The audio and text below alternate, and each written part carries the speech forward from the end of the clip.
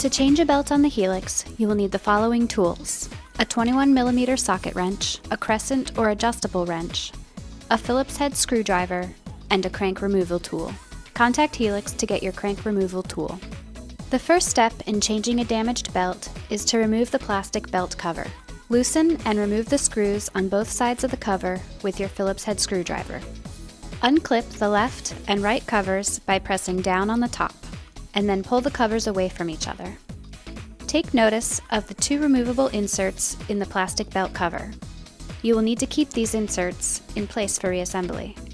Next, hold the pedal in place and with your 21mm socket wrench, loosen and remove the crank nut and put it aside. The crank removal tool has an inner and outer bolt. The next step is to release the inner bolt by manually unscrewing it. This will create space inside the outer bolt. Now take the outer bolt and manually thread it into the crank until it stops. You do not need to over-tighten this bolt. Next, grasp the inner bolt and tighten it until it stops. Breaking the connection between the crank and the pedal shaft requires a lot of pressure.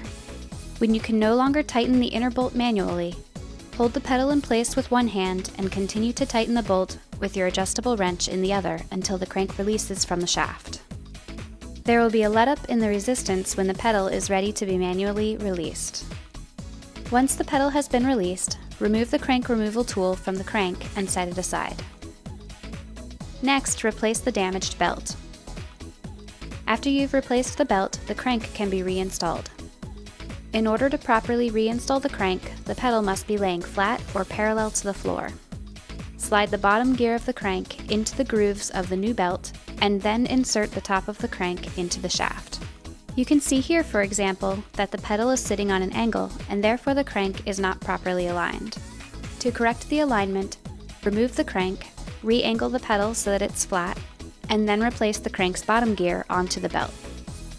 Once the crank is back in place, you will need to replace the main crank nut. If you're not able to manually push the crank onto the shaft enough to screw on the nut, use a rubber mallet and gently tap the crank onto the shaft.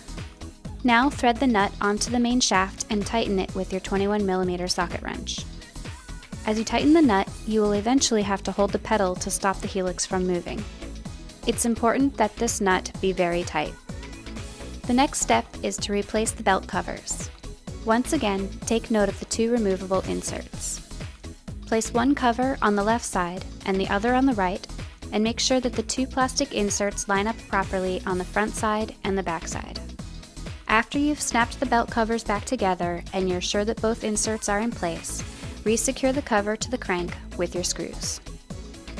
These procedures are identical on either side of the Helix.